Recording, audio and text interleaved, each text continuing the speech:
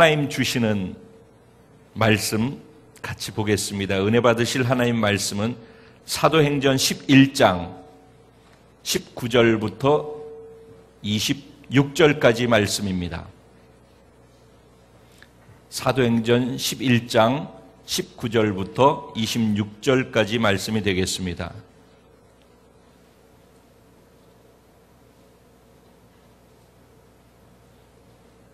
제가 한 절, 여러분 한 절 교독하시고 마지막 절은 한 마음으로 합독합니다. 제가 먼저 시작하겠습니다. 그때 스데반의 일로 일어난 환난으로 말미암아 흩어진 자들이 베니게와 구브로와 안디옥까지 이르러 유대인에게만 말씀을 전하는데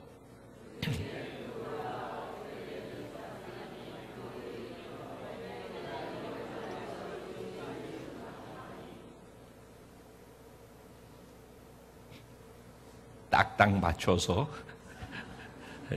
이거는 우리가 하나 되어 있다라는 소리로서도 증명되어지는 것입니다. 서로를 배려하면서 주의 손이 그들과 함께 하심에 수많은 사람들이 믿고 주께 돌아오더라.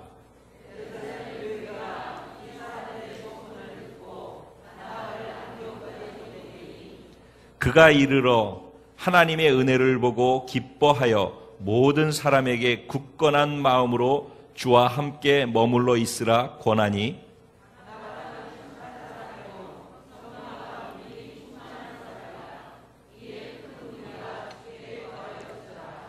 바나바가 사울을 찾으러 다소에 가서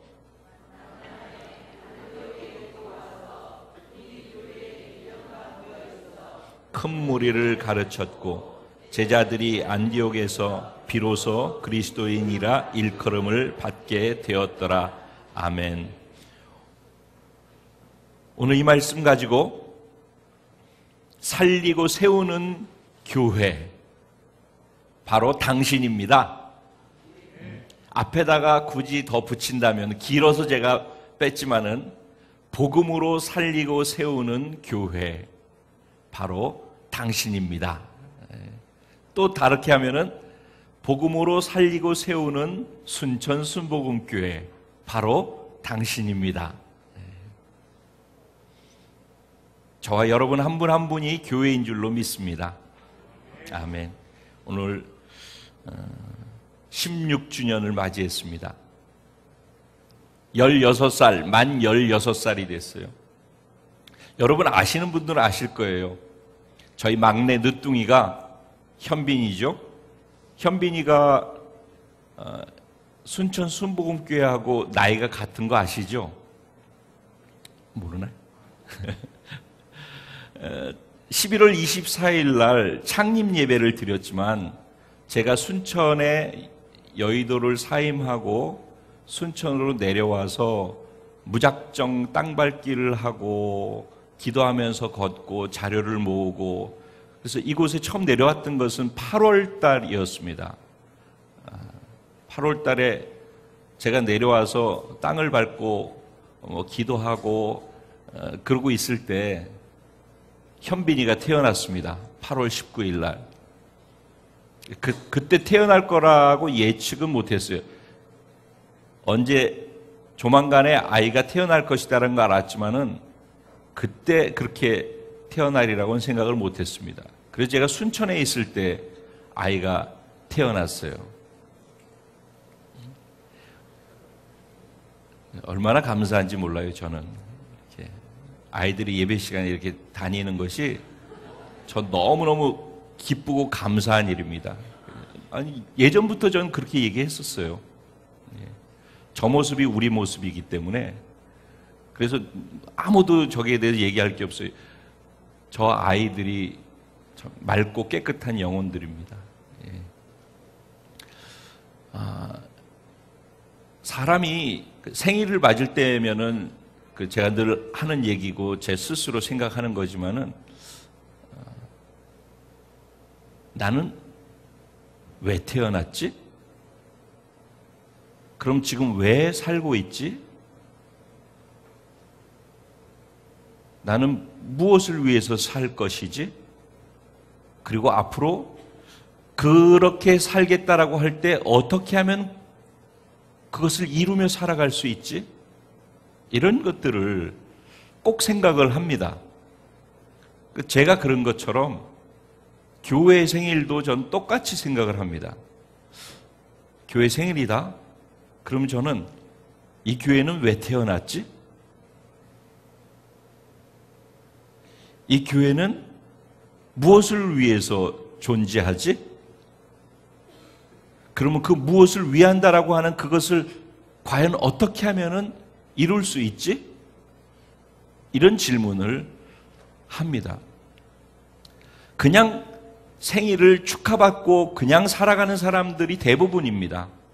그런데 바라기는 저도 우리 교회도 우리 공동체에 속한 모든 분들이 생일을 맞을 때마다 이것을 한번 깊이 묵상하면서 다시 재확인하고 그리고서 나아간다면은 그 생일 이후의 삶이 좀 더 의미 있는 시간들로 채워질 수 있을 거라고 믿습니다. 16년을 돌아보니까 현빈이가 태어나서 축하받으면서 태어났는데 16년 동안에 현빈이도 여러 가지 많은 것을 경험했고 하고 있는 것 같아요. 자라면서는 육체적으로는 잘 때마다 몸이 쑤시다고 발이 아프다고 그래서 자다가 깨가지고 아이를 주물러야 하는 시간들이 있었습니다. 나중에 보니까 성장통이래요. 그런 시간들에 애가 키가 푸쭉푸쭉 클 때일수록 또 그런 일들이 있더라고요. 육체적으로 뿐만 아니라 살아가면서 이제 고등학교 2학년인데 여러 가지 많은 일들을 경험하게 되어졌습니다. 한국에 있다가 미국에 있다가 또 한국에 왔다 또 미국에 갔다. 아프기도 많이 아파봤고 아빠하고 떨어져 있으면서 마음고생도 또 많이 했던 것 같고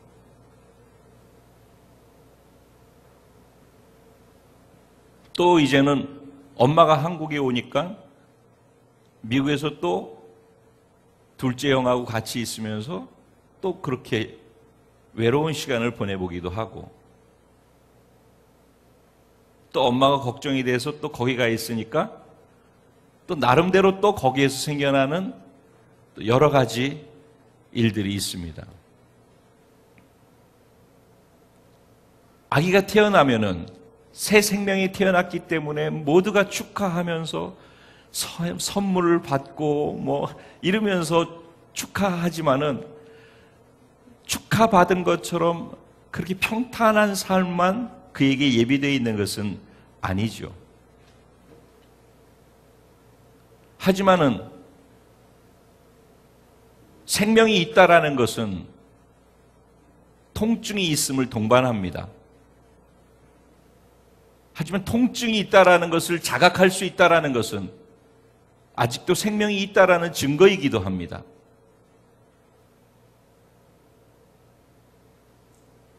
성장통은 자라면서 아픈 것은 아픈 그 시간에는 굉장히 큰 고통이지만은 아기들이 자라가면서 수많은 병치레를 하게 되는 것을 통해서 컸을 때 그 크고 작은 병들을 이겨낼 수 있는 면역력을 기르게 되어집니다.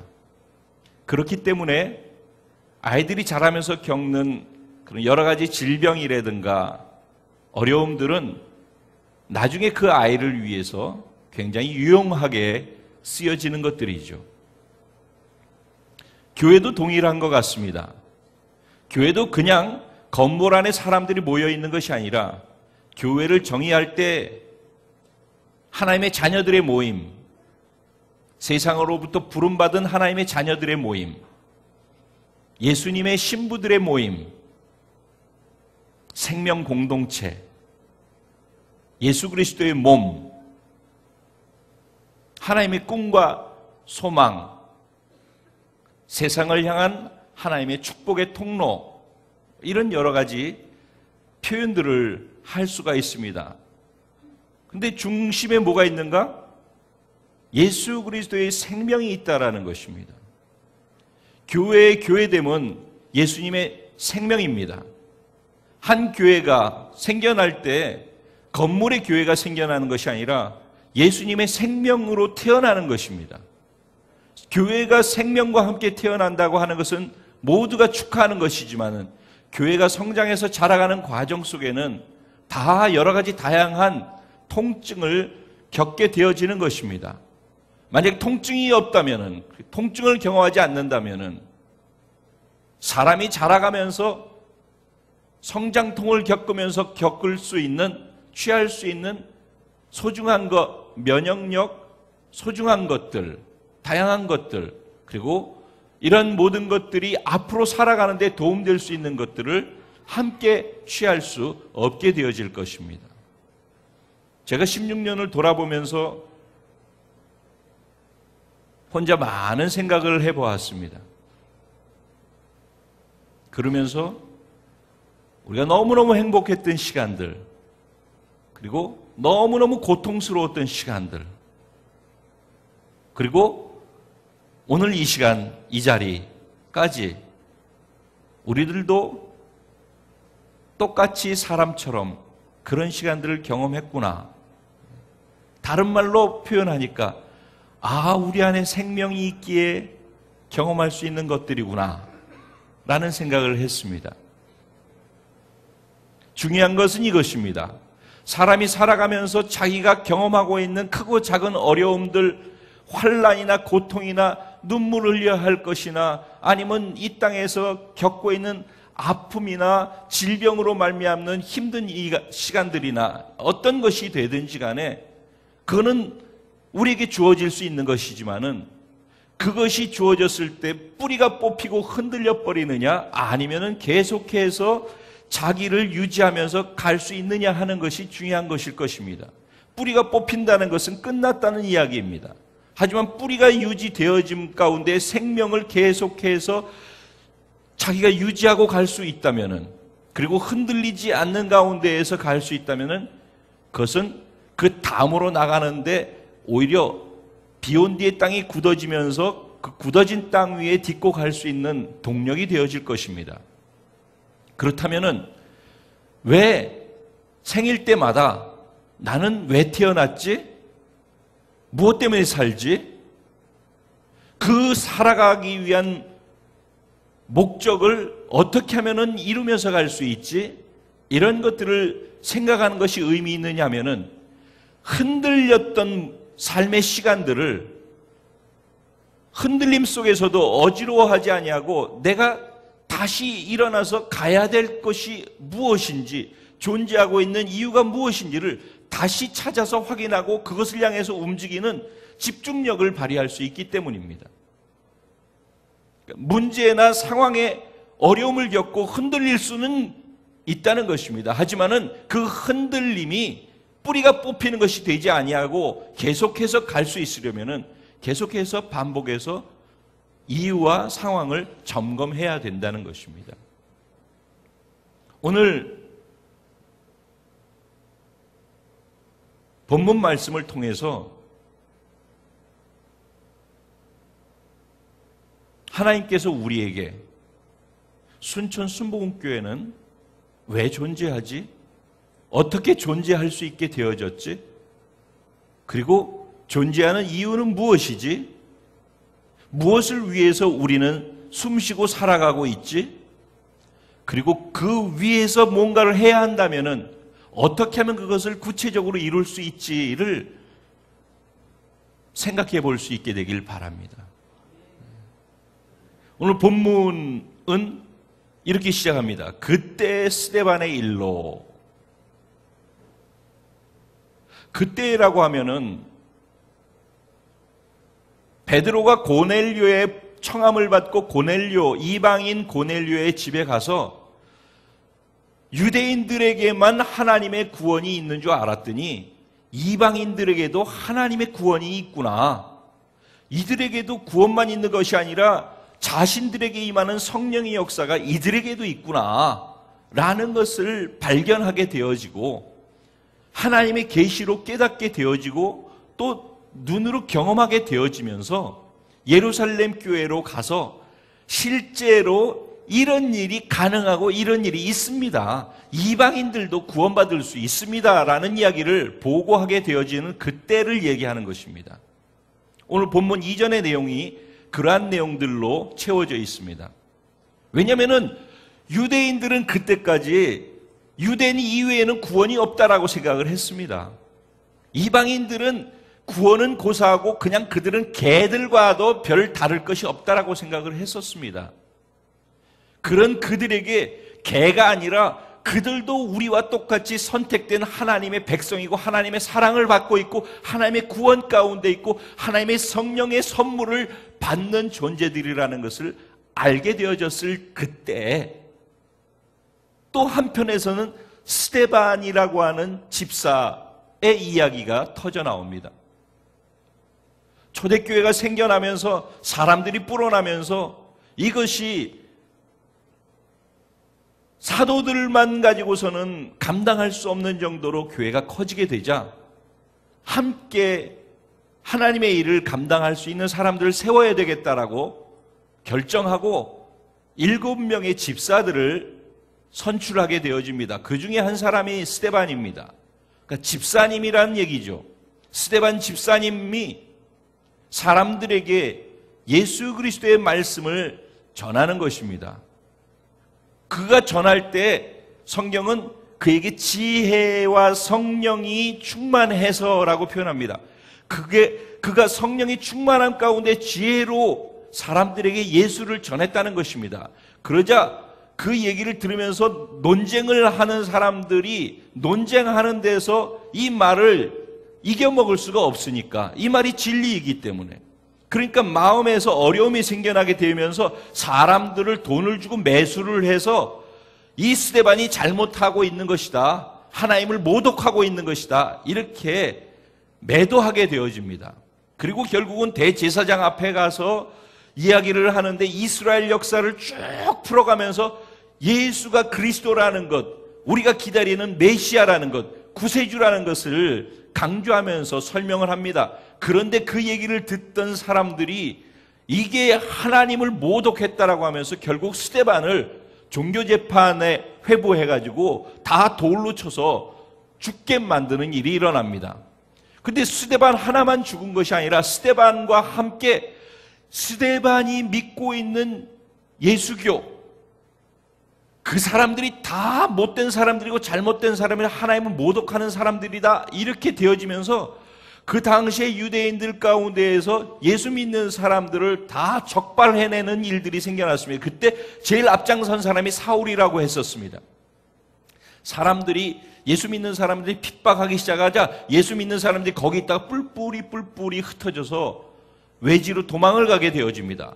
예루살렘에 살던 사람들이 다 외지로 흩어지게 되어졌습니다.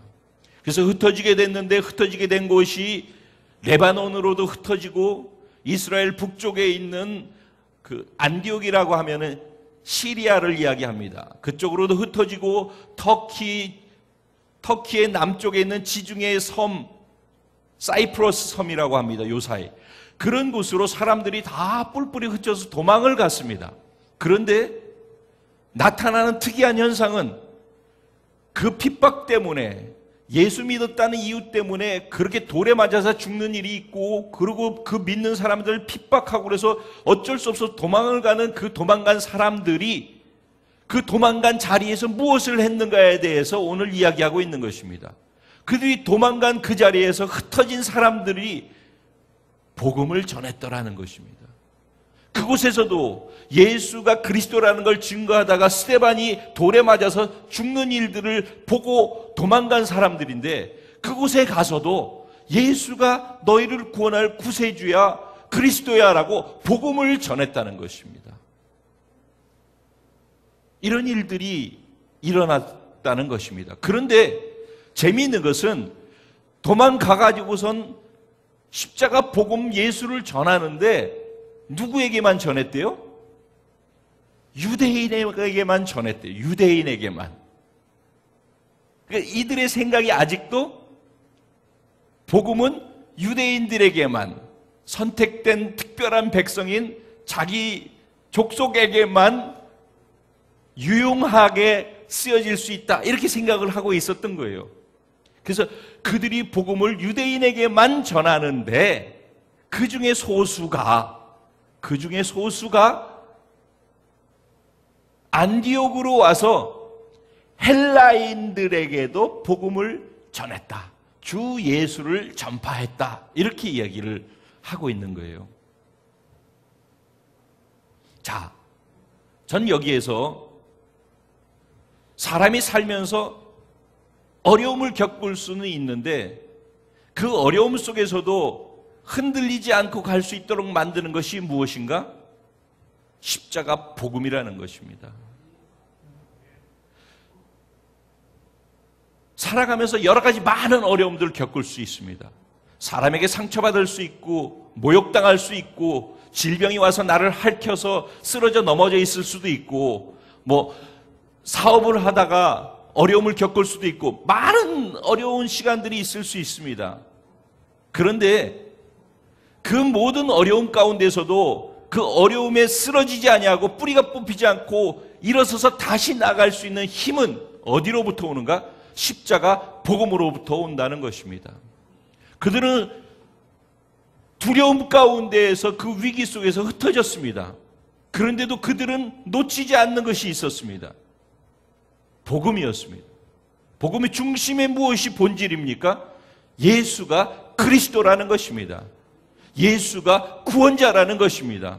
그 구원은 어떻게 이루입니까? 예수가 나를 위해서 십자가에서 죽고 부활하셨는데 그 죽음에 나도 죽고 내가 예수의 생명으로 다시 부활해서 다시 태어났다라는 걸 믿는 것입니다. 이것을 믿기 때문에 그 당시에 그렇게 순교하고 돌에 맞아 죽는 그런 일이 있었을지라도 죽어도 나는 다시 부활한다라는 믿음이 그들 가운데 있었기 때문에 어떤 어려움이 오더라도 흔들리지 않고 자기가 하고 있는 것 가운데에서 예수를 전할 수 있었다는 것입니다. 우리는 어려운 일을 만나게 되면 예수 전하는 것이 잘 편하게 이루어지지 않아요. 예전에는 어떤 생각을 가졌냐면은, 아이고, 예수 믿는 사람이 복 받고 아프지 말고 잘 돼야지 예수를 전하지, 예수 믿는 사람이 이렇게 어려워져 가지고 어떻게 예수를 전할 수 있겠나, 이런 생각들을 다 했어요. 그 예전 할머니 권사님들 그런 생각 많이 갖고 계셨어요. 그래서 내가 아프면은 아프다 소리도 잘 못해요. 예수님한테 누가 된다고. 사업이 망하거나 어려움을 겪으면은 그거 얘기 잘 못해요. 예수님한테 누가 된다고. 그리고 어떻게 그런 상태에서 예수님을 전하냐고 생각을 했어요. 근데 이들은 그렇지 않았어요. 예수 믿는 것 때문에 핍박을 당하고 예수 믿는 것 때문에 죽음을 당하고 그런 어려움 가운데 있는데도 어디서 무엇을 하든지 어떻게 되든지 간에 어디서 흩어져 가지고선 저 구석으로 박혀 있을지 간에 그곳에서 그들은 예수를 전했다는 거예요. 그들을 누를지라도 그들은 눌림당하지 않았다는 거예요. 그들을 누를 수 없었기 때문에. 왠지 아셔요? 복음 때문이라는 거예요. 복음이 왜 그렇습니까? 복음은 우리의 정체성을 분명하게 해주기 때문에 그래요. 복음은 우리를 흔들리지 않게 만들어줍니다. 어떤 어려운 일이 있어도 복음 안으로 들어가서 자신을 보게 되어지면은 안정감을 빼앗기지 않을 수가 있어요. 사람이 흔들리는 이유는 복음을 통해서 자기를 보지 않기 때문이에요. 복음을 통해서 지금 내가 겪고 있는 어려움을 보지 않기 때문에 그래요. 모든 어려운 상황이나 문제들을 복음을 통해서, 즉 십자가를 통해서, 예수 그리스도를 통해서, 예수와 연합되어진 나를 통해서 다시 보게 되어지면은 그 안에 답이 있는 것이에요. 예수님 안에서 나는 어떤 존재인가? 하나님 안에서 나는 어떤 존재가 되어졌는가? 자기를 십자가를 통해서 예수를 통해서 인식하는 것이 회복되어져야 되는 것입니다. 생일을 맞은 오늘 우리가 다시 한번 확인할 것이 있습니다. 나는 십자가 복음 안에 있는가?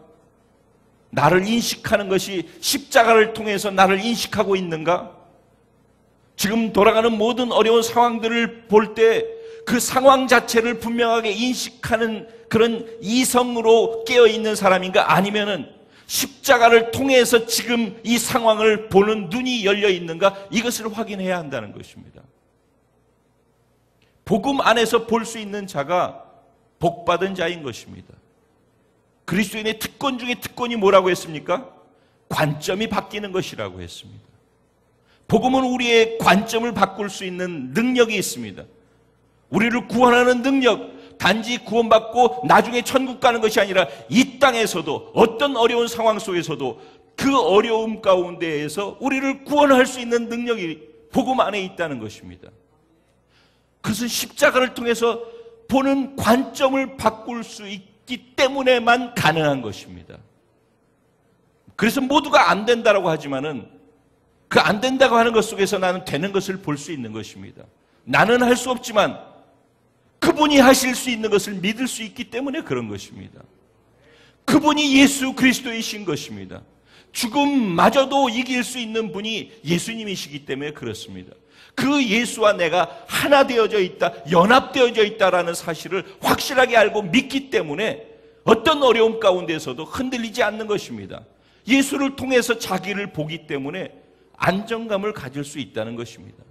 그리고 그렇게 만들어주는 복음이 너무 소중하기 때문에 어디에 가서 무엇을 하든 내가 어떤 어려움 가운데 있고 쫓겨온 사람일지라도 저쪽에서 그 어려움 때문에 도망쳐온 사람일지라도 그곳에서 그 사람의 입을 통하여서 예수가 증거되고 있다는 것입니다. 내가 지금 당한 일 때문에 자신이 없어서 예수를 못 전한다고요? 그거는 오히려 어폐가 있는 말인 것입니다.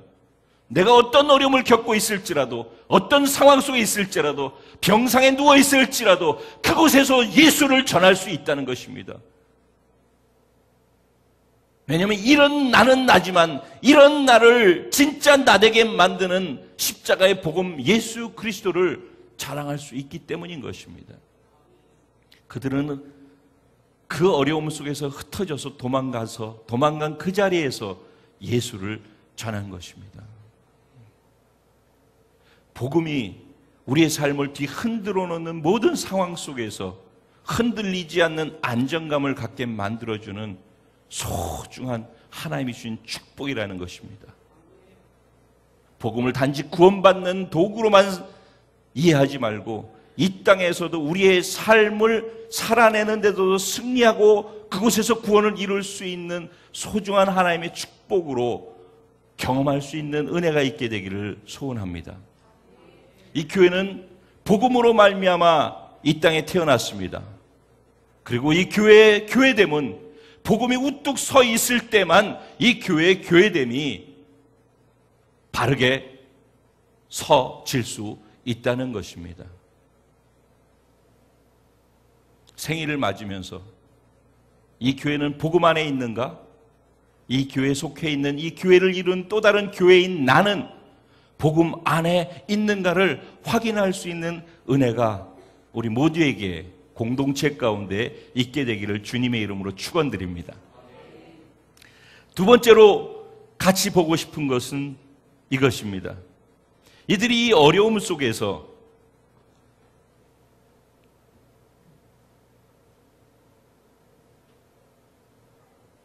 (23절) 말씀에 보면 20절 말씀에 보면은 그 중에 이제 유대인에게만 전하는데 그 중에 구브로와 구레네 몇 사람입니다. 몇 사람이 안디옥에 이르러 헬라인에게도 말하여 주 예수를 전파하니 이렇게 얘기를 하고 있어요. 우리가 보면 이거는 아무것도 아닌 그냥 스쳐 지나가면서 읽으면서 아, 유대인에게 전했는데 이들이 몇 사람은 헬라인에게 전했구나.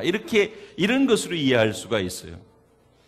근데 더 깊이 이거를 이해하고선 이 배경을 이해하고 생각해 보면 이건 어마어마한 사건입니다. 인류 역사상에서 하나의 획을 그은 사건입니다. 유대인들에게만 구원이 있다고 생각하는데 유대인에게서 이방인에게로 복음이 전해지게 되어지는 엄청난 중요한 일이 이루어지는 사건이기 때문에 그렇습니다.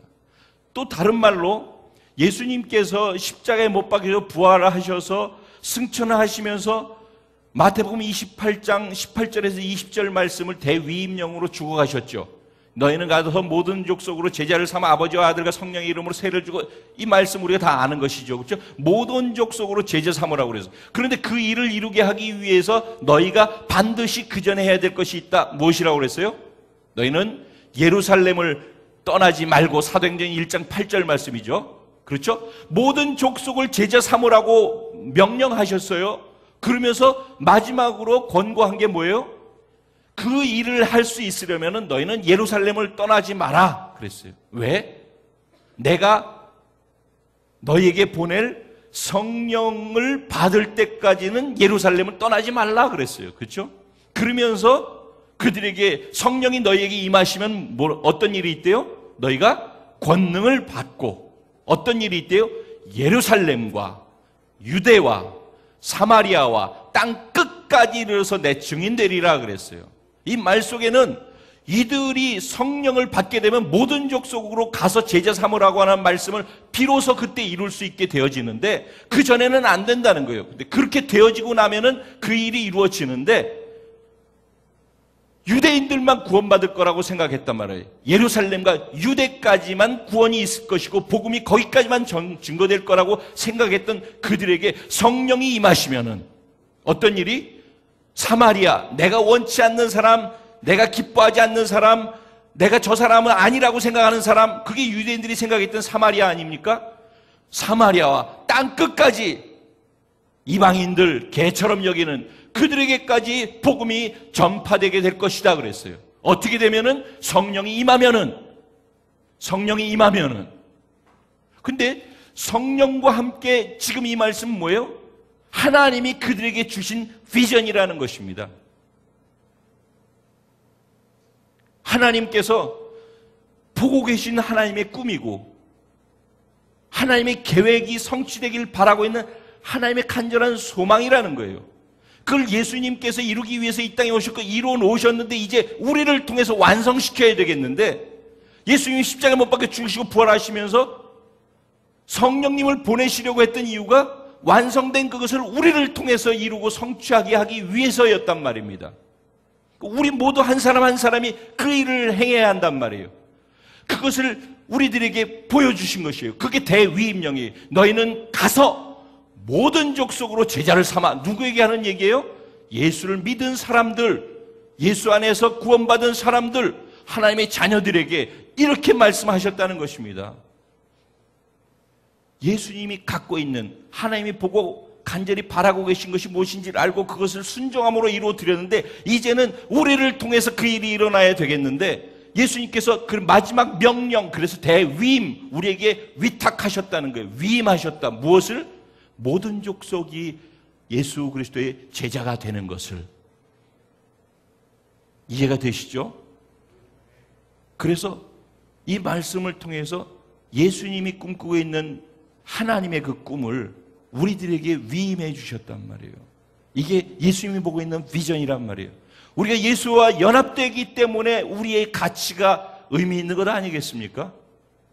우리의 존재가 그래서 의미 있는 것 아니겠습니까? 실패하고 넘어지고 연약하고 부족하고 저쪽에서 찢기고 고통하고 그래서 아무것도 아니라고 생각하고 도망간 그런 도망자인 주제이지만 그럼에도 예수를 전할 수 있는 이유가 어디에 있다고요? 도망가고 있는 내가 아니라 내 안에 있는 예수가 나다. 예수의 가치가 나의 가치다.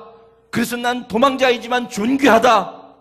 난 도망자이지만 그럼에도 불구하고 나는 보배롭다. 나는 하나님의 거룩한 자녀다. 나를 통해서 하나님의 복이 흘러간다.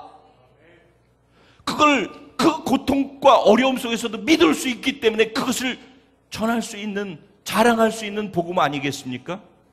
근데 그 복음의 중심에 예수와 연합되기 때문에 그것이 가능한 것이거든요. 그 예수와 연합됨 속에서 이것이 가능해서 나를 만든다면은 그 안에서 연합됨 속에서 예수 그리스도가 꿈꾸고 있는 그 꿈에도 우리가 연합되어 있고, 예수가 위임한 그 위임의 명령에도 우리가 연합되어 있다는 것입니다. 예수가 그렇게 간절히 바라는 그 바람에도 우리가 연합되어 있다는 것입니다. 흩어진 자들은 예수 안에서 자기들이 어떤 존재인지를 알았고 복음이 얼마나 소중한지를 알아서 그 복음 예수를 전했을 뿐만 아니라 자신들이 가지고 있던 고정관념, 유대인 아니면 안 된다, 유대인들에게만 복음이 전해져야 된다라고 하는 그것이 예수가 주신 그 비전을 통해서 연합되어지면서 헬라인들에게도 복음이 전해져야 되는구나, 막혀있던 고정관념의 장벽이 깨어지는 시간이었다는 것입니다. 고정관념, 이게 얼마나 중요한 것인지 모릅니다. 새술은 새부대, 이것은 늘 이제 16년 돼서 새로 됐으니까 새 건물을 짓고 새 교회를 세우고 이런 의미가 아니라, 새 부대는 무엇을 얘기합니까? 새 그릇이 아니라 우리의 생각의 그릇인 것입니다. 우리의 옛 습관, 우리의 옛 가치, 우리의 고정관념, 이 모든 것들을 깨고 하나님의 말씀과 진리와 하나님이 무엇을 원하고 바라고 계신지에 대한 그것이 우리 가운데 들어와서 아니라고 생각했던 것들을 뚫고 나갈 수 있는, 깨트리고 그걸 허물 수 있는 그런 행동으로 나아갈 수 있는 것이 그 비전에 연합된 사람의 모습이라는 것입니다. 이들은 그래서 무엇을 예수님이 원하신지를 알았어요. 그래서 유대인에게만 어떤 사람들은 아직도 깨어지지 못했기 때문에 영이 보이질 않는 거예요. 그러니까 유대인에게만 말씀을 전했어요. 복음 안에서 구원 받았는데도. 그런데 그 중에 몇 사람이 헬라인에게도 예수를 전파했다고 그래요. 몇 사람이 중요한 것입니다. 그 몇 사람이 세상을 바꾸는 것입니다. 그 몇 사람 때문에 놀라운 일들이 일어난 것입니다. 여기 있는 이 몇 사람들이 바로 이 세상을 바꿀 수 있는 사람들인 것입니다. 여러분이 몇 사람인 줄로 믿습니다. 그 몇 사람이 특징이 무엇입니까? 복음 때문에 연합되어 있을 뿐만 아니라 하나님의 꿈과 비전, 예수가 무엇을 보고 있는지 그 비전을 보고 연합되어 있는 사람들이 바로 이 몇 사람에 속한 사람들인 것입니다. 예수의 꿈과 비전에 연합되어 있는 사람, 예수가 무엇을 원하고 무엇을 보고 어디로 가기를 원하는지를 보고 알 수 있는 사람, 이 비전이라고 합니다. 복음에 연합된 사람은 예수와 연합되어서 예수의 존귀함에도 연합되지만 예수의 꿈과 비전과 가치에도 연합되는 것입니다. 예수님이 보고 계신 그 비전에 연합되는 것이 얼마나 중요한지 아십니까? 십자가 복음에 연합되면 내가 그렇게 됐을 뿐만 아니라 거기에 연합된 모든 사람들이 함께 연합돼서 한 몸을 이루고 그것을 교회라고 하는 것입니다. 그래서 우리는 한 몸인 것입니다. 한 몸. 한 몸에 있으면서 이 몸이 이쪽으로 가기를 원하는데 한 세포만 저쪽으로 가기 원한다면 그건 한 몸이 아니기 때문인 것입니다. 한 몸은 함께 가는 것입니다. 그런데 그 몸이 가는 데 있어서 방향을 보고 있는 것을 비전이라고 하는 것입니다. 그래서 복음을 통해서 첫째는 정체성이 분명하게 확인되어야 하고, 두 번째로 복음 안에서 터져나오는 이 비전을 통해서 우리가 가고 있는 방향성을 분명히 보아야 하는 것입니다. 나는 태어나서 무엇을 향해서 가고 있는가? 어디로 향해서 가고 있는가? 무엇을 위해서 살고 있는가? 이 방향성인 것입니다. 그 방향성을 제시하는 것이 비전이라는 것입니다. 순천 순복음교회는 월드비전 커뮤니티에 속해 있는 모든 지체들은 무엇을 향해서 어디로 가고 있는가를 보는 것이 방향성인 것입니다. 우리 교회는 무엇 때문에 존재합니까? 복음을 통해서 생겨난 우리 교회는 무엇 때문에 어디로 가고 있습니까? 우리의 에너지는 어디로 가야 합니까? 살리고 세우는 데만 우리의 에너지가 쓰여져야 될 줄로 믿습니다. 복음은 우리를 살립니다. 복음은 우리를 세웁니다. 그 복음으로 살아난 사람, 그 복음으로 세워진 사람은 또 다른 사람을 살리고 세우는데 자신의 에너지를 들여야 합니다. 오직 그것에만 모든 에너지를 드릴 수 있어야 합니다. 나의 옛 습관과 나의 옛 가치와 나의 고정관념이 살리고 세우는 것을 막는 역할을 해서 안 되는 것입니다. 우리가 가진 모든 에너지는 지금 내 곁에 있는 사람들을 살아나는 데 쓰여지게끔 돼야 하는 것입니다. 그것이 재정이든 건강이든 시간이든 물질이든 무엇이 되든지 간에, 내가 가진 잘할 수 있는 어떠한 달란트가 있든지 간에 비전을 향해서 집중할 수 있어야 하는 것입니다. 비전은 집중력을 만들어냅니다. 방향성은 집중력을 만들어내는 것입니다. 배가 바다에 떠 있는데 에너지를 가득 채우고 바다에 떠 있어도 표대가 어디인지 정해지지 않으면 그 배는 계속해서 떠 있을 것입니다. 파도가 치면은 파도가 치는 대로 움직이고, 바람이 불면 바람이 부는 대로 움직이는 것이 될 것입니다. 하지만은 내가 가야 될 곳이 어디고 좌표가 어디라는 것이 분명하게 정해져 있으면은 아무리 어떻게 거센 바람이 있고 거센 풍랑이 일고 어떤 일이 있다 할지라도 그 어려움 속에 있지만은 가야 될 방향을 알고 그 방향을 향해서 계속해서 갈 수 있게 된다는 것입니다. 그래서 여러 가지 많은 것 속에서도 집중할 수 있고 흔들리지 않으면서 계속해서 갈 수 있게 되는 것입니다. 복음에 연합된 사람들은 비전에도 동일하게 연합되는 것입니다. 그리고 그 동일한 비전을 갖고 있는 사람들은 한 방향을 보면서 그것을 향해서 나아가는 것입니다. 그 중심에는 살리고 세우는 것이 있다는 것입니다. 우리가 하는 모든 것은 무엇이 옳고 무엇이 그르다라는 것을 구분하는 데 쓰여지면 안 되는 것입니다. 그것보다 더 중요한 것은 구분한 결과를 통해서 살아나고 있는가, 죽어가고 있는가, 세워지고 있는가, 이것을 보아야 하는 것입니다. 내가 하는 말을 통해, 내가 하는 생각을 통해, 내가 하는 모든 어떤 것들을 통해 살아나는 일들이 있어야 될 줄로 믿습니다. 세워져야 하는 일들이 결과로 나타나야 될 줄로 믿습니다. 비전은 그 중심에 생명나무 원리가 적용된다는 것입니다. 이것은 성경이 우리에게 얘기하고 있는 것입니다. 생명나무 원리와 선악과의 원리가 있는 것입니다.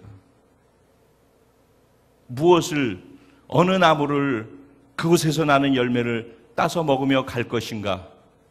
비전 앞에 나는 비전에 연합되어 있는가를 오늘 교회 생일날 확인할 수 있는 은혜가 우리에게 있기를 소원합니다. 오늘 본문에 보면은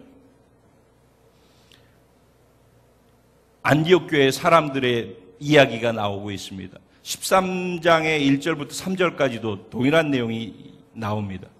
안디옥 교회에 선지자와 교사들이 있는데 5명을 소개합니다. 5명이 있는데 이 5명이 누구누구냐? 루기오, 그리고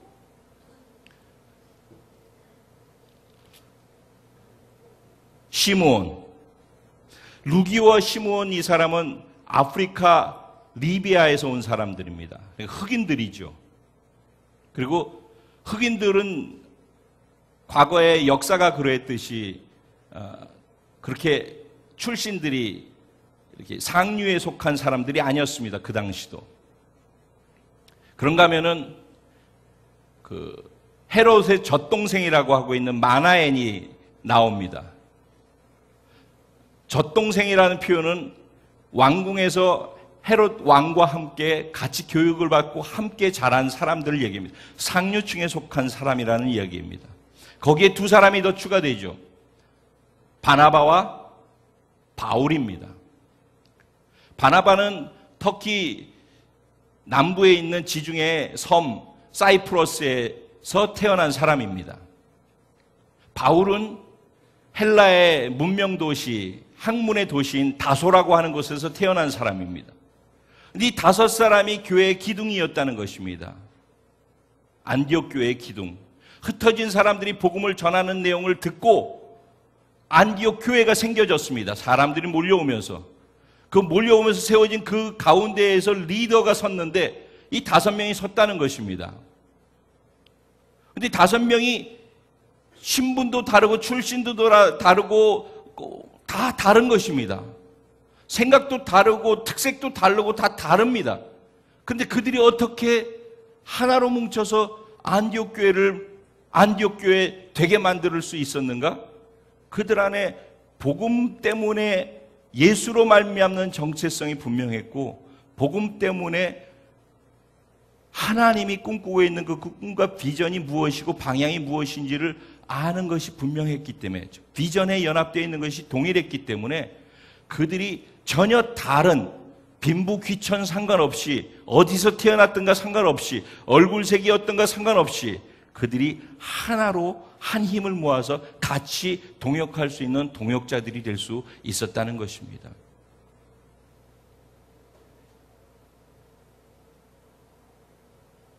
그들은 여태까지 하지 않았던 새로운 일들을 했습니다. 예루살렘 교회는 예배하고 찬양하고 교제하고 떡을 떼고 그리고 봉사하고 섬기고 이러는 아주 귀한 일들을 했으면 그게 오늘날 일반 교회들이 다 하는 것입니다. 그런데 예루살렘 교회가 하지 않은 일들을 안디옥 교회에서는 하기 시작했습니다. 안디옥 교회는 선교하는 교회였습니다. 안디옥 교회는 사도 바울이 유럽을 선교하고 소아시아 유럽 지역을 선교하러 다닐 때 교두보였습니다. 바울의 1차, 2차, 3차 선교 여행이 있는데 1차 여행과 2차 여행에 출발을 할 때도 안디옥에서 출발하고 그곳에서 파송받았고, 안디옥에서 출발하고 1차 선교 여행이 끝나고 돌아올 때도 안디옥으로 돌아옵니다. 2차 선교 여행의 출발도 안디옥에서 하고 도착도 안디옥으로 돌아옵니다. 3차 출발할 때 여기서 출발했지만 돌아오는 것은 예루살렘으로 돌아오고 로마로 가서 죽임을 당하게 되어집니다. 하지만 바울의 선교 여행의 모든 것의 중심에 어디가 있었는가? 안디옥 교회가 있었습니다. 안디옥 교회는 일반적으로 있었던 예루살렘 교회와는 다릅니다. 여태까지는 예루살렘 교회가 하고 있는 것이 다 옳다고 생각했습니다. 그리고 그것만 하면 된다고 생각했습니다. 그래서 모든 교회들은 예루살렘 교회가 하고 있는 것들을 다 따라갔습니다. 그런데 안디옥 교회가 생기고 난 다음에 몇 사람에 의해서 유대인들에게만 전해주는 복음이 헬라인에게 전해지기 시작하면서부터 안디옥 교회의 시작이 그렇게 시작되어졌다는 것입니다. 그렇게 시작되어진 그 발판 위에 안디옥 교회는 이제는 헬라인, 즉 이방인들에게 복음이 전해지는데 자신들을 드리는 그런 교회로 바뀌어졌다는 것입니다. 이게 쉬운 얘기가 아니라는 것입니다. 기존 지금까지 해왔던 모든 것들, 고정관념이 틀이 완전히 깨어지는 순간이라는 것입니다. 얼마나 많은 어려움이 거기에 함께 따르는 것인지 모릅니다. 얼마나 많은 대가가 지불되어야 되는지 모릅니다. 그들은 바울이 움직일 때마다 선교를 지원했습니다. 그리고 바울이 선교하고 돌아온 것에 대해서 보고를 듣고 그 가운데 일어났던 일을 함께 기뻐하고 바울이 했던 모든 것의 전리품을 함께 취하는 그런 놀라운 은혜 가운데 안디옥 교회가 있었습니다. 그래서 오늘날도 교회들은 안디옥 교회를 본받아야 된다는 말을 하게 되어지는 것입니다. 안디옥 교회는 서로 달랐지만 함께 동역할 수 있었습니다. 안디옥 교회는 지금까지 해왔지 않았던 전혀 새로운 일을 향해 나갈 수 있었습니다. 그 모든 것들을 하게 만드는 그 중심에 무엇이 있었는가? 예수님이 보고 있는 그것을 함께 보는 동일한 눈이 있었기 때문에 가능했다는 것입니다. 비전이 이 모든 것들을 그렇게 할 수 있도록 만드는 힘이라는 것입니다. 마지막으로, 그럼 우리는 왜 태어났으며 어디로 가고 있는가? 그러면 어떻게 가고 있는 그것을 제대로 이룰 수 있을 것인가에 대한 것입니다. 어떻게 제대로 이룰 수 있겠습니까? 그것은 오직 성령으로만 가능한 것입니다. 예루살렘, 유대, 사마리아 땅 끝까지 복음이 증거되어진 것, 모든 족속에게 가서 복음이 증거되어지는 것은 성령으로만 가능한 것입니다. 그래서 복음, 비전, 그리고 부흥이라는 단어는 부흥이라는 것을 통해서 나는 부흥에 대한 사모함이 있는가? 우리가 이루고자 하는 그 비전은 마지막 때 성령님이 역사하셔서 터져나오는 부흥을 통해서만 가능합니다. 그렇기 때문에 부흥을 사모해야 하는 것입니다. 내 안에 부흥이 일어나야 되고 우리 공동체에 부흥이 일어나야 된다라고 우리가 간절히 사모하는 것은 막연한 기대가 아니라 우리가 비전이라고 하는 것, 우리의 모든 에너지를 모아서 이 방향으로 가자고 하는 그것을 이룰 수 있는 그 근거와 뿌리가 성령님으로만 가능하기 때문에 그렇다는 것입니다. 오늘 이들이 흩어져서 복음을 전했던 것, 그리고 그들이 몇몇 사람이 헬라인들에게도 복음을 전했다라고 얘기를 하는데, 그들이 그렇게 복음을 전하자 수많은 사람들이 주께로 돌아왔더라, 이렇게 성경은 오늘 얘기하고 있어요. 근데 거기에 단서가 붙어요. 뭐라고 하는가? 주의 손이 그들과 함께 하심에. 할렐루야. 우리가 하는 모든 것 속에 함께 붙어 있어야 될 추가된 단어들이 무엇인가? 내가 하는 모든 것 속에 주의 손이 그것과 함께 하기에. 아멘. 내가 섬기는 그 섬김 속에, 내가 봉사하는 그 봉사 속에, 내가 기도하는 그 기도 속에, 내가 하고 있는 그 어떤 모든 것 속에 주의 손이 그것과 함께 하기에, 그래야 그 결과가 제대로 된 것이 나온다는 것입니다. 그래야 그 결과가 온전한 것이 나올 수 있다는 것입니다. 우리 생각하고 있는 것 가운데 아쉬운 것이 있습니까? 막힌 것이 있습니까? 안타까운 것이 있습니까? 안 되는 것이 있습니까? 그렇다면 주의 손이 그들과 함께 하기에 이 부분에 초점을 맞추게 되기를 주님의 이름으로 축원드립니다. 주의 손이 함께 할 때만 의미가 있습니다. 주의 손이 함께 해야지만 능력이 있습니다. 주의 손이 무엇입니까? 성령님이십니다. 하나님의 능력인 것입니다. 그것이 나와 함께 하지 않고 나 혼자 내 생각대로 이게 옳다고 이게 맞다고 나 혼자 내 힘으로 내 능력으로 내 돈으로 내 시간으로 움직이는 그것 속에서 결과는 없는 것입니다. 이들은 적어도 그것을 알았습니다. 그래서 7집사를 선택할 때도 믿음과 성령이 충만한 사람을 뽑으려고 했던 것입니다.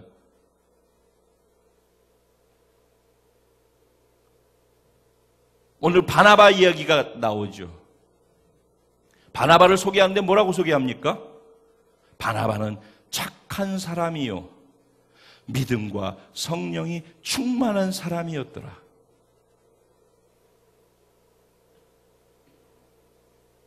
그가 하는 모든 것 속에 왜 결실과 열매가 그렇게 있을 수 있었는가? 그 성령과 함께, 주의 손이 그와 함께 했기 때문에 가능했던 것입니다. 그래서 우리는 부흥이라는 단어를 통해서 확인해야 할 것은 관계성입니다. 나는 그분과 깊은 관계 가운데 있는가? 그분과 친밀함 가운데 있는가? 그 깊이에 비례하는 것입니다. 난 얼마나 그분과 친밀한 가운데 있는가? 오늘 생일 맞은 이날, 나는 왜 태어났는가? 나는 어디로 가고 있는가를 보며 내가 가는 그것이 제대로 이루어지기 위해서 나는 그분과 바른 관계 속에 있는가 하는 것을 개인적으로와 우리 공동체적으로 확인할 수 있는 은혜가 있기를 소원합니다.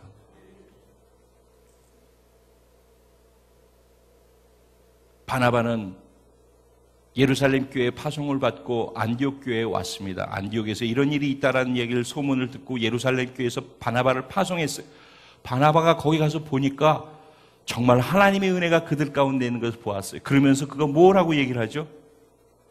굳게 마음을 굳게 해서 주와 함께 머물러 있으라.